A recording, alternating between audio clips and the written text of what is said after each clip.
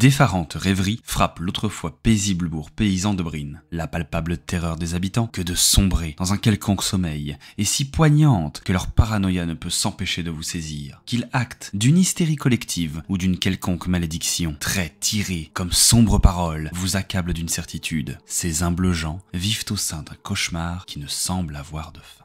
Vous étiez un tout petit peu aventuré au sein de ces égouts qu'on vous avait décrits comme étant la majorité délabrés. De par les dires et les racontards de plusieurs personnes, également des conversations que vous aviez entendues, et de manière plus générale aussi, quand vous aviez pénétré à l'intérieur de ceci et que vous aviez jeté un œil à droite et à gauche, vous aviez constaté l'état de désuétude dans lequel le lieu était plongé. Un endroit qui se trouve à être, donc, tel que je vous l'avais décrit, accablant, poignant, de par les vapeurs qui s'échappent dans ce lieu, de par les décombres qui gisent et pourrissent là depuis des cycles et des cycles. Et au sein de tout cela, eh bien, il y avait cette fameuse cave que l'aubergiste s'était aménagée. Suite effectivement aux incidents qui avaient mené à la combustion légèrement spontanée du toit de son édifice, simplement, il s'était décidé effectivement à ne plus stocker ses provisions pour les jours suivants dans les greniers, mais bien dans les caves de la ville. Et les caves de la ville, eh bien, il n'y en a pas énormément.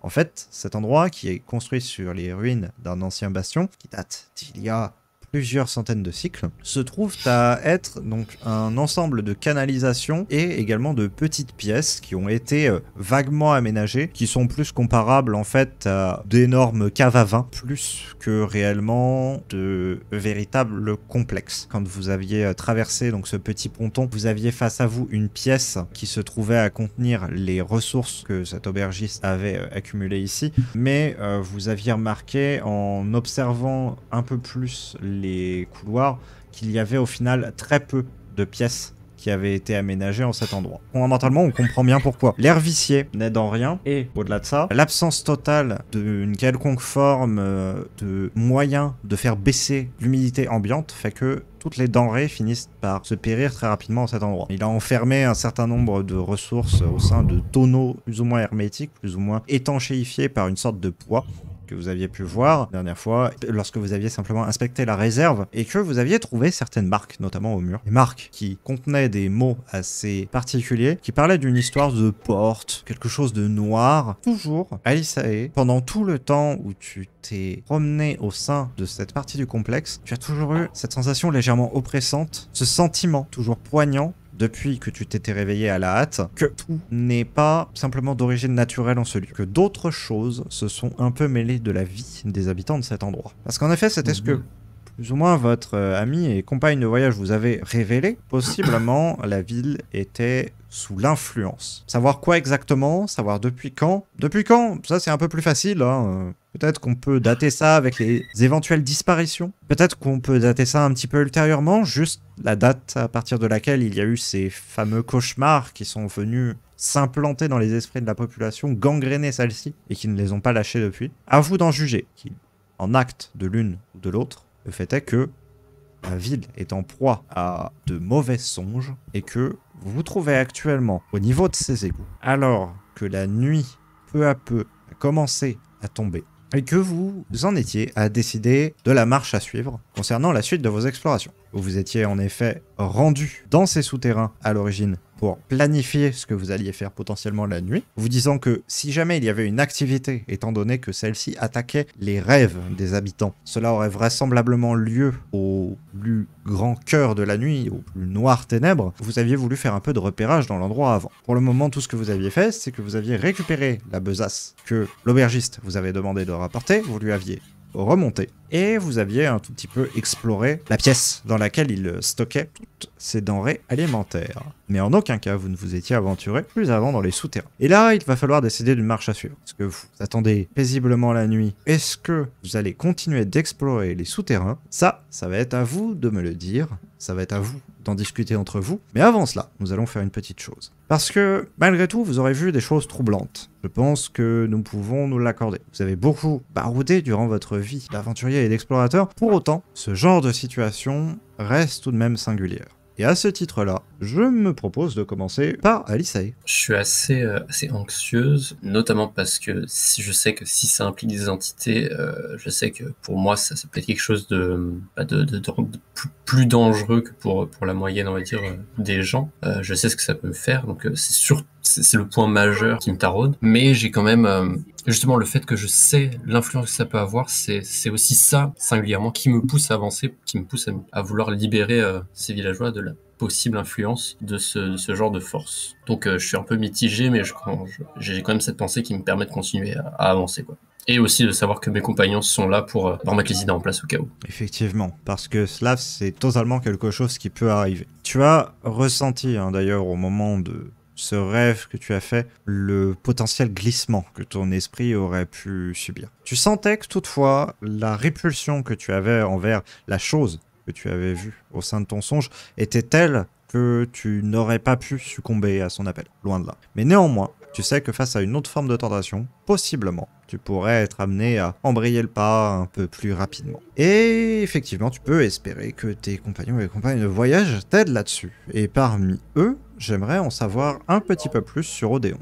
Je vous avais expliqué, j'avais déjà eu un souvenir un peu similaire, j'avais eu un souvenir d'une expérience un peu similaire par le passé. Et donc, sans savoir exactement comment ça s'est terminé, j'en garde un mauvais souvenir et donc j'ai pas mal d'empathie pour les habitants de ce village et je reste inquiet sans être totalement effrayé, mais j'ai peur de comment ça va se terminer et j'ai envie d'en savoir plus, mais je reste aux aguets pour essayer de trouver la réponse, quoi. Donc plutôt soucieux. Tu restes en alerte vis-à-vis de tout ce qui t'entoure. Tu te dis que tu fais bien avec simplement déjà ces morceaux de roche qui s'étaient effrités, qui étaient tombés sans prévenir énormément, rappelant encore une fois à quel point le lieu n'est tout simplement plus du tout entretenu. Depuis notamment que le vieux Dirn et également le garde-égout s'étaient trouvés à mourir mystérieusement. Tu observais un petit peu les environs, Odéon. Et tu fais bien, parce que à un moment, tu surprends, dans le lointain, le vacillement d'une flamme d'une bougie. Tu vois se répercuter sur la surface de l'eau. Bon, dans les égouts, excuse-moi, j'ai pas... Oui, dans l'eau, par ici. Tu vois la flamme d'une bougie qui se répercute. D'accord. Je vous préviens tous les trois que j'ai vu le reflet d'une bougie qui se déplaçait dans l'eau. Ce qui est quelque peu particulier étant donné qu'on vous avait décrit qu'en l'endroit, rien ni personne ne venait. Car en effet, c'est peut-être un sentiment qui t'aura légèrement oppressé, Kaya, depuis que tu es dans ces lieux. L'impression qu'il y ait des marques récentes d'activité, telles que les traces que tu avais découvertes au mur, qui sont contrebalancées par une désuétude apparente. Malgré l'ambiance un peu morbide et sinistre du lieu, je peux pas m'empêcher d'être un peu excité parce que je suis toujours à l'affût de la prochaine histoire, des légendes qui me permettront d'écrire ce conte, ce poème qui me rendra célèbre en fait et qui fera voir au monde à quel point je suis talentueuse. Je peux m'empêcher d'être mal à l'aise, mais d'un autre côté, voilà, de me dire que peut-être que je tiens à mon histoire. Et c'est pour ça que je suis curieuse et que, contrairement aux autres, moi j'ai envie d'aller de l'avant. Pour aider les gens, bien sûr, parce que c'est la bonne chose à faire, mais aussi parce que voilà, j'ai une curiosité qui me pousse à explorer les lieux. Je connais une autre personne qui a potentiellement tout autant envie d'aller de l'avant, mais peut-être un peu plus à sa propre manière. Grâce, raconte-moi. Tout à fait. Contrairement à mes deux premiers camarades qui sont très anxieux ou très à l'affût, j'ai une totale confiance en mes capacités d'éclaireur et je ressens comme une sorte d'excitation aussi, mais un peu différentes motivations que peut ressentir Kaya. À l'heure actuelle, je suis plus dérangé par la pourritude et l'odeur nauséabonde des lieux que vraiment par le stress et le danger potentiel. Et, vous entendez des couinements de rats d'ailleurs, qui viennent un petit peu troubler tes pensées de temps à autre. Mais à l'heure actuelle, du peu qu'on en a vu, j'ai encore pleine confiance en mes capacités pour identifier un quelconque danger et j'ai très envie de partir en exploration de mon côté aussi. Vous êtes donc tous les quatre en contrebas de cet escalier qui peut vous ramener à la sécurité relative de la taverne. Vous restez là quelques instants, vous regardez, à vous demander quelle est la marche exacte à suivre. Est-ce que je sentirais... je vais juste... c'est pas tant au niveau de l'ordre de déplacement, mais au niveau plutôt de la direction. Tu me disais que effectivement je sentais une forme d'oppression. Est-ce que je le sentirais plus intensément? Est-ce que ça peut être directionnel ou je pourrais identifier une source plus ou moins? Pas réellement, c'est dans plusieurs directions à la fois. Un peu comme toujours quand d'ailleurs tu te retrouves à être sous terre, en réalité. Ce en rapport à souvent des nodules de conscience d'Oblitera qui se trouvent à bien véner la terre et être de ci de là et à attirer ton esprit d'une certaine manière. Mais là, c'est pas exactement la même sensation, mais c'est les mêmes positionnements relatifs auxquels tu pourrais t'attendre. Du coup, j'ai cru voir moi, je demandais- une bougie, oui, Kaya, se déplacer. Donc, s'il y a peut-être quelqu'un qui est dans ces tunnels. Si c'est bien une bougie que t'as vue, c'est pas un feu follet ou une lumière magique. J'ai vu, non, la flamme d'une chandelle qui se reflétait dans l'eau, donc comme si il y avait quelqu'un qui tenait une bougie dans le tunnel perpendiculaire. C'est bizarre Et ça. ben on a qu'à leur demander. Ils ont Quand, sûrement des informations. quand vous Allons vous voir ça. Hein. concentrez d'ailleurs sur la direction dans laquelle Odéon vous décrit qu'il y avait cette chandelle, vous remarquez effectivement que la flamme vacille toujours en cet endroit. Ah oui, ok, je crois qu'elle avait disparu. Mais non, elle est toujours là-bas, ok. Elle est toujours là-bas, elle est juste beaucoup plus faible, comme si elle avait été posée par rapport au moment où Odéon l'avait vue. Il vous faut vous approcher Et tout de même derrière de un coin. quelques pas. Elle est Et dans cette direction-ci. du coup, j'ai même avancé en me couant contre le mur pour essayer d'être la plus discrète possible. Si Et t'essaies essayer d'être peut-être de discrète, surprendre, on va peut-être genre te suivre, mais en retrait, quoi. Vous vous avancez tranquillement en laissant Kaya prendre de l'avance. Kaya, je vais te demander un test d'agilité avec une valeur de difficulté de 3. C'est pas mon Oh deuxième no. échec critique en genre 3 lancés. Tu avances Échec. pas à pas en prenant bien soin à effectuer aucun bruit alors que tu marches sur des dalles qui sont de plus en plus glissantes, de plus en plus nauséabondes. Oh non. Et sans y prêter une énorme attention, tu te trouves à laisser un de tes pieds légèrement sur le bord d'une dalle, un peu trop. Ce pied glisse du côté de la dalle, vient se frotter un peu dans le canal nauséabond et odorifère, redresse, l'air un peu déconfite. L'échec critique, c'est juste elle a mis un pied dans le canal. C'est tout. Ah, je suis pas tombé dedans. Moi, ça m'inquiète plus qu'autre chose. Oui, de fou. Parce que le pied dans le canal, ça fait du bruit. Hein. Ouais, y a pas de crocodile dans le canal. Et déjà. qu'est-ce qu'il y a dans le canal hein Il C'est n'y a- ça, genre moi, je m'attendais à ce qu'elle tombe dedans, tu vois, avec un échec critique. il n'y a pas eu spécialement de bruit qui a été provoqué par l'acte malencontreux. Et également, la lumière ne semble pas avoir bougé. Est-ce que je sens quelque chose enfin, déjà, ouais, je retire ma jambe Mhm. tout de suite. Et est-ce que je sens genre une brûlure ou quelque chose sur la jambe? Une brûlure, pas exactement. Un millier enfin- de petites piques, oui. C'est sensu? Ça n'a pas l'air, en tout cas, tu n'en vois pas. Enfin, tu n'en jurerais pas. La lumière n'est pas assez puissante pour que tu puisses voir quoi que ce soit de ton état. Tu vois juste ton membre recouvert de cette boue visqueuse et immonde que sont déjections et eau souillée. Du coup, pour foutu, il faut bien que je vois ce que dans quoi j'ai mis pied. Donc bah, je vais continuer, enfin, je vais avancer un peu moins prudemment, mais plus pour me mettre dans les rangs de la lumière, en faisant signe aux autres de me rejoindre, en mode bon bah, tant pis pour la discrétion, moi j'y vais. Très bien, tu cherches à passer l'angle donc et voir un petit peu Oui. de quoi il en retourne. Les autres, j'imagine Et que vous la suivez. Surtout entrer dans les rangs de lumière. À ton grand étonnement, tu vois simplement une sorte de trou au sein du mur qui mène à une autre portion des égouts que tu vois de l'autre côté. Et à travers un certain nombre de... Je ne saurais pas dire si c'est exactement des ensembles de toiles d'araignée extrêmement anciennes ou de vieux cordages suspendus. Tu vois une petite bougie qui a été posée là. Et je suis dans les rayons de lumière là? Oui, Ah, tu et- peux y être, effectivement. Bah du coup je m'arrête, j'ai pas trop loin et je vais juste regarder ma jambe pour essayer de voir plus nettement ce qu'il y a dessus et peut-être virer ou gratter. Tu vois majoritairement une couche de terre, d'éjection, enfin bref, quelque chose de malsain. Ce liquide immonde des égouts qui recouvre ta jambe. Je gratte consciencieusement en râlant le fait que c'est dégueu quoi. En grattant, tu remarques que tout ne semble pas vouloir partir. Quelqu'un a un rasoir ou un truc pour brosser? Je demande aux autres. Là, il faut j'ai- amputer, hein, tellement ça pue, là tu coupes tout. Hein. Ça Est-ce fait est-ce que je 20 peux inspecter un petit peu sa jambe Tu si peux. je vois qu'il semble. Ouais, Ok, c'est bah, sa spécialité, ça. je lui dis t'inquiète pas, hein. Et je sors ma petite lame et j'essaie de juste gratter un petit peu. Tu arrives à Voilà. décrocher une des choses qui se trouvait à s'agripper à sa jambe. En fait, plus précisément, à s'implanter dans sa jambe. Je maintiens qu'il faut couper. Une bête vaguement formée d'un exosquelette avec simplement quelques aiguillons pointant Je dans plante. dessous sa carapace se trouve à peine un demi-pouce de long, se trouve à être dégagé par ta lame. Attends, un demi-pouce de long. Ah ouais, non, ok, c'est vraiment tout petit. Le fait est que Alors- tu prends conscience que sous la couche, il y en a possiblement plein. Merde. Alors j'écrase éventuellement celui que j'ai d'un coup de botte, celui que j'ai décroché déjà. Alors garde ton calme, Kaya. On va trouver un moyen de procéder calmement.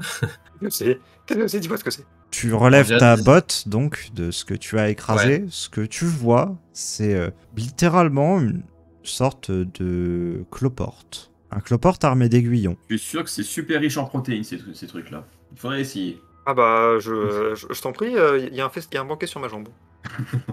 Non mais J'ai envie- cuisiner un minimum, on n'est pas des animaux. Oh là là. Est-ce que je connais, peut-être que je connais ce genre de bestiole? Oui. En plus, ça vit dans l'eau, je suis arboriste, tout ça. Généralement, ça vit plus dans les eaux extrêmement souillées, de Mhm. manière générale. Pas que dans les égouts, mais tout ce qui va être également marécage. Tous les lieux où en fait il y a de la végétation en putréfaction, étant donné que eh bien cette putréfaction c'est la plus grande partie de leur source de nourriture. L'autre partie, parce qu'ils ont besoin de Ouais. plus d'énergie, étant du sang frais. Ah. En fait, le problème de ces bêtes-là, c'est que en elles-mêmes, elles ne sont pas dangereuses. C'est juste qu'elles causent énormément de petites blessures, de par simplement les multiples points par lesquels elles s'agrippent déjà d'une part, et les trompes simplement qu'elles plantent au sein du corps pour bien simplement pouvoir sucer un peu de sang. Le problème, c'est que, eh bien, dans un environnement qui est déjà insalubre, des plaies ouvertes, c'est rarement une bonne idée. J'aurais envie de tenter un truc. Est-ce que par hasard, si j'approche, on a des torches. Oui. Bon, je me rappelle qu'on avait des torches. Si j'approche ma torche plus ou moins proche de la jambe et des bestioles, est-ce qu'elles réagissent? Est-ce qu'elles semblent mal réagir à la chaleur, ce genre de choses? Alors, il faut vraiment que tu approches beaucoup la torche pour Ouais, commencer à avoir un effet. J'approche sans blesser vraiment Kaya, quoi. Mais il faut vraiment quasiment que tu sois en Vas-y. contact avec chacune des bestioles pour qu'elles s'enfuient. Ah ouais, ok. Bon, faut contact, quoi. Le truc, c'est que j'ai peur, c'est que si on gratte un peu tout et qu'elle se barre dans tous les sens, elle change juste d'endroit, quoi. C'est ça le problème. Et les goûts, c'est dégueulasse. Faut renvoyer les bestioles là où ils vivent, et c'était très bien. Le Oui, problème, mais c'est le que problème, si c'est tu que fais ça, toutes les plaies vont rester ouvertes et toi tu vas nous faire une infection et on va devoir vraiment te couper la jambe pour le coup. Bah, de toute façon, Et j'ai dans pas ça, envie de te ramener à sur mon dos dans ce lieu tout pourri.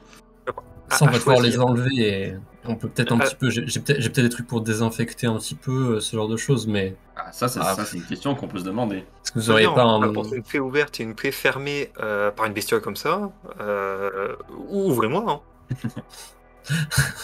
Voilà. Putain, Je sais pas si ça veut tuer des vieilles mais ça panique devant des petites bestioles quoi. Odéon, Qu'est-ce je que vais c'est te demander un test qui va être un test de conscience avec une valeur de difficulté de 2. J'ai réussi. Il Ça te fait semble pareil. entendre une sorte de voix étouffée derrière un mur. Là, je préviens mes camarades. J'entends une voix derrière un mur. Je sais d'où ça vient. Oui. De... Derrière, dans quelle direction. très exactement, le mur qui se trouve à être derrière vous. Le mur qui était juste à côté de l'endroit où notre ami, l'aubergiste, stockait sa nourriture. Le bruit vient de la salle à côté du Que- garde-manger. Que vous n'aviez même pas identifié comme étant Oui, une salle C'est ce que j'allais réelle. dire. On n'avait pas remarqué d'entrée à cette salle. Est-ce que si je vais vers l'arrière, enfin si je suis ce tunnel vers l'arrière, il y aura une entrée, de ce côté-là, dans cette salle. Peut-être, tu peux tenter C'est un d'un truc- petit peu explorer. On a exploré. Je vais avancer du coup dans ce tunnel, mais vers l'arrière. Donc, est-ce qu'on se sépare du coup? Je reste porté, mais Ou alors, ce Moi, qu'on je reste peut faire, c'est qu'on laisse Kaya et Alicia soigner avec les bébêtes, et Ouais, nous deux, on va c'est juste ce que je jeter un coup proposais, d'œil en arrière, du coup. je bouge pas tant qu'il y a encore ces trucs sur moi. Oui, t'inquiète pas, ça Ah va se là passer. là là. T'as qu'à faire un bain dans les égouts si c'est pas si terrible. J'avais dit que c'était pas si terrible, j'ai dit que ça allait Non, bien non, se passer. non. Pas toi. Non, mais il parle à moi, il parle à moi. Ah, Je ne suis pas assez Ah. idiot pour aller mettre mes pieds là-dedans. Et à vrai dire, si tu m'avais laissé passer devant, peut-être que on aurait évité ce genre de choses. Car je suis légèrement plus habile que toi, ma chère compatriote, avec ton énorme hache. Du Bah, coup, Odéon, je traverse propose que aussi, je et propose je vais, qu'Odéon, ouais, nous je vais, allions en arrière et je vais passer devant. Vous remontez quelque peu le chemin que vous aviez que vous aviez emprunté. Est-ce que vous repartez vers l'entrée en elle-même, donc à savoir vers l'endroit où l'aubergiste s'était trouvé à établir son garde-manger afin de repasser par le petit pont en bois que vous aviez là-bas? Ou est-ce que vous vous décidez à plutôt chercher une voie qui fasse le tour par l'autre côté donc? Je sais pas ce qu'en pense Odéon, mais moi je serais plutôt revenu sur nos pas. Si en plus on n'avait pas vu d'entrée, je pense que longer le mur à partir de l'endroit où on connaît serait peut-être une meilleure idée que de s'aventurer d'un autre côté où on connaît pas trop. Je sais pas ce que t'en penses, mais je pense que c'est ça peut-être fait si c'est un couloir et que en fait j'ai entendu les voix venir de la salle à côté du garde-manger, donc si là on est sur l'autre côté des égouts, ça peut peut-être valoir le coup de passer tout droit directement, passer de l'autre côté de la rive, et on peut repasser par le pont si tu veux. Si c'est la salle vraiment à côté du garde-manger, je pense que ça serait mieux de longer le mur qui la suit, alors que si on va tout droit, on sera de l'autre côté du coup, donc pour tendre l'oreille, ce sera peut-être plus compliqué. C'est toi l'éclaireur, je te suis. Moi, je serais d'avis de repasser par le petit pont. Sans grande difficulté, vous arrivez jusqu'à là-bas sans spécialement faire de bruit ni éveiller l'attention de quoi que ce soit, vraisemblablement que se trouve à l'intérieur de cette potentielle pièce, étant donné que la voix se fait quelque peu entendre à nouveau. Une voix extrêmement étouffée, mais que vous déterminez comme étant une voix assez grave. Une voix qui se veut comme étant solennelle. Vous faites quelques pas de l'autre côté en allant un peu plus loin que simplement la cave de l'aubergiste. Vous pouvez donc avancer. Et là, soudain, derrière un ensemble de caisses, vous finissez par trouver une sorte de porte. Quelque chose qui ressemblerait à une porte, mais qui surtout présente une apparence bien singulière. Il n'y a pas de poignée, il n'y a pas de serrure, mais il y a des sortes de tendons, dirons-nous, du moins une sorte de matière organique qui semble radier depuis la pierre centrale, ressemble à vaguement une sorte de tête de bouc qui radie depuis cela et qui vont agripper les côtés de cette potentielle porte. Est-ce que du coup là on entend, ça devient perceptible ce qu'on entend? C'est encore trop loin. C'est toujours étouffé, ce n'est plus loin par contre, c'est juste que c'est derrière la pierre. Je dois bien t'avouer que je n'ai jamais rencontré de porte comme ça, et le crochetage n'étant déjà pas forcément ma plus grande qualité. Mais là, je ne vois aucune serrure apparente, on dirait. Pas de poignée. J'avoue que je ne vois pas trop comment on pourrait ouvrir cette porte. Parce que même en utilisant la force brute, je ne suis pas sûr qu'on y arrive. Je regarde derrière les caisses s'il y a quelque chose, un mécanisme ou un objet. Odéon, je vais te demander un test d'intelligence avec une valeur de difficulté de 3. Et Kras, je vais te demander un test de conscience avec une valeur de difficulté de 2. Et réussi pour moi. Et c'est un échec critique pour moi. Let's go. Odéon, en fouillant derrière les caisses, tu finis par trouver une sorte d'aquame, une sorte de couteau avec une lame légèrement tordue qui est encore légèrement tachée de sang. D'accord. Le sang est encore frais. Pendant que tu es en train d'essayer de comprendre et de faire du lien entre ça et bien potentiellement la porte qui se trouve là, étant donné que tu n'as rien trouvé d'autre au niveau des caisses, Kras, lui, se trouve à appuyer malencontreusement sur le centre de la porte, en voulant simplement comprendre un peu comment le mécanisme au centre fonctionnait. Tu sens une vive douleur à ta main. Tu t'es écorché contre une des pierres qui se trouvait là. Un grondement sourd se fait entendre. T'as encore fait crasse. La porte s'ouvre, montrant une scène des plus abominables. Des corps, des squelettes humains se trouvent là, jonchant une sorte de pile de semi-détritus qui sont à la fois semblables à des végétaux et à de la pierre. Et de cela, d'innombrables cristaux se sont trouvés à s'extirper, à s'étendre, poussant là comme une gangrène. Mais ce n'est pas tout. Interloqué, choqué, tu vas te retrouver face à une personne. Une personne qui n'a pas encore remarqué ta présence. Tu as encore cette chance-là.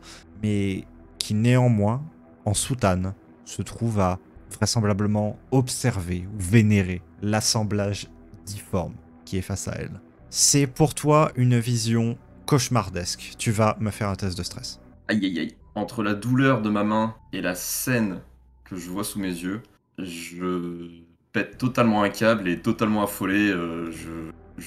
J'interloque Odéon à ce sujet, totalement paniqué. Le raffut que tu vas faire va attirer l'attention de la personne au sein de la pièce. Celle-ci se tourne lentement vers vous, comme si elle avait tout le temps du monde pour le faire. Vous fixe d'un regard mauvais, très mauvais. Elle ne fait rien d'autre, elle s'approche pas? Non. Je sais pas ce que tu en penses. Si elle ne s'approche pas, on pourra peut-être prévenir rapidement Alissa et Kaya. Oui, hein, donc je reprends un peu mes esprits après tout ça. Il faut indéniablement prévenir nos comparses, mais cette personne qui nous fixe d'un œil mauvais, est-ce qu'elle sera là quand on reviendra? Est-ce qu'elle peut nous entendre d'ailleurs quand on discute? Oui. Je pense que tu as l'air plus rapide et plus agile en tant qu'éclair. Peut-être tu peux y aller, je vais rester devant et essayer de garder un œil sur elle. Moi ça me va, mais te fais pas tuer, Normalement, c'est juste à à bonne côté. distance.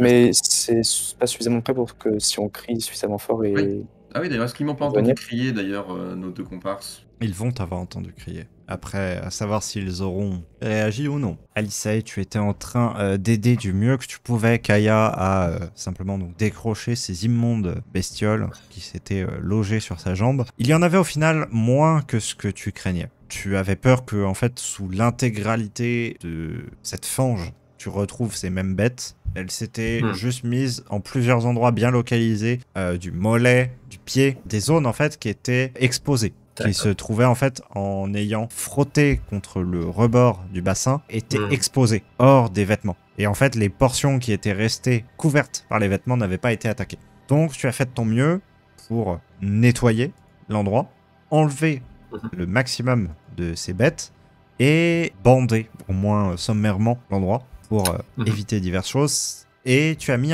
quelque chose qui s'apparenterait à un désinfectant. Je fais de mon mieux avec ce que j'ai, quoi. Mais c'est déjà des bons soins d'urgence. Pendant ce temps, vous en profitez. Évite de remettre ton pied dans l'eau maintenant. Oui, non, mais même de base, c'était pas trop un peu en... Vous en profitez pour écouter un petit peu ce qui se passe aux alentours. Vous demandez si, au final, la personne qui est propriétaire de cette bougie va s'en revenir à un moment pour la récupérer, étant donné que, vraisemblablement, cette bougie s'épuise peu à peu, et que, eh bien, elle va finir par s'éteindre à un moment. Et elle a bien entamé ou pas? Oui. La bougie, elle est posée, parce qu'il y avait cette espèce d'ouverture avec une toile d'araignée machin, elle est posée de notre côté de cette ouverture? Elle est posée du côté opposé. Ah, d'accord. Néanmoins, en passant la main à travers les toiles, tu dois pouvoir y accéder. Alors, même plus que ça, j'aurais carrément aimé essayer de gerter un petit peu les toiles en prenant avec du bout de mon bâton, en prenant garde des sales bestioles qu'il pourrait y avoir, parce que bon, vu ce qu'il y a dans l'eau, je m'inquiète potentiellement de ce qu'il y a dans des toiles. Quitte limite même à les brûler avec ma torche, carrément. En faisant ça, en fait, ça va dégager donc une fumée assez crachotante, et quand tu vas aussi pousser avec ton bâton, tu vas voir que ça va pas être très difficile en fait de les déloger, étant donné que c'est juste de très très vieilles toiles qui se sont trouvées à s'imbiber d'eau, qui ont formé une espèce d'amalgame immonde, certes, mais absolument pas dangereux. C'est juste que vraiment, ni bête ni homme ne passe par là depuis très longtemps. Je fais un peu le ménage, et j'aurais juste aimé aller checker s'il n'y a pas, de l'autre côté, des traces de pas, des signes de passage. Tu trouves cette petite bougie placée sur un petit chandelier et quelques traces de pas, effectivement, qui vont en ce sens. Elles partent par ici. Une suggestion peut-être, Kaya? Je me demandais si est-ce qu'on les attend, est-ce qu'on essaye d'appeler la personne ou... De toute manière, peu après que vous fassiez cela, vous entendez un cri. Ah. Bon, moi je pense que ça règle la question. Un cri venant d'une personne que vous connaissez bien, mais sur une tonalité que vous ne lui connaissez pas spécialement. D'accord. Crass a émis un son que vous estimez comme sortant de sa bouche, mais toutefois ne trahissant pas une émotion extrêmement positive. Est-ce que c'est un cri de peur, de douleur? De peur absolue. Et bien du coup, n'écoutant que mon courage, je vais me saisir de ma hache et foncer vers là où il était parti. Enfin, en direction du cri en fait plutôt. Très bien. Moi dans ce cas, je vais la suivre, mais en restant encore un peu en retrait, quitte à même essayer d'observer la scène en restant un peu en retrait planqué, pour permettre un potentiel effet de surprise, on sait jamais. Et puis aussi, ça je le dis pas, mais je suis un peu inquiète. Tandis que vous passez ici pour simplement aller jusqu'au pont qui vous amène de l'autre côté pour revenir jusqu'à l'endroit où sont figés vos deux compagnons devant une ouverture désormais grande ouverte de laquelle s'échappe un halo bleuté. C'est trop pour, c'est trop loin pour sauter au-dessus d'eau. Tu peux tenter de sauter, effectivement. T'as vraiment envie de faire ça? Je sais pas, parce que il y a un peu de PTSD, mais d'un autre côté, avec adrénaline et tout. Je te dis juste que ça aura un impact, ce choix. Ça, je me doute. Vu à quel point Crash n'a pas l'habitude d'être terrifié comme ça, pour qu'il fasse ça, c'est que c'est vraiment très grave. Et qu'ils ont certainement besoin d'aide tout de suite. Donc je vais prendre ce risque et je vais tenter, je vais prendre de l'élan et tenter de sauter par-dessus. Eh bien, je te propose un jet d'agilité avec une valeur de difficulté de 2. Ça a marché, j'ai réussi quelque chose, incroyable. Eh bien, tu bondis aux côtés de tes compagnons qui semblent figés par quelque chose que nous allons possiblement vite pouvoir observer et comprendre.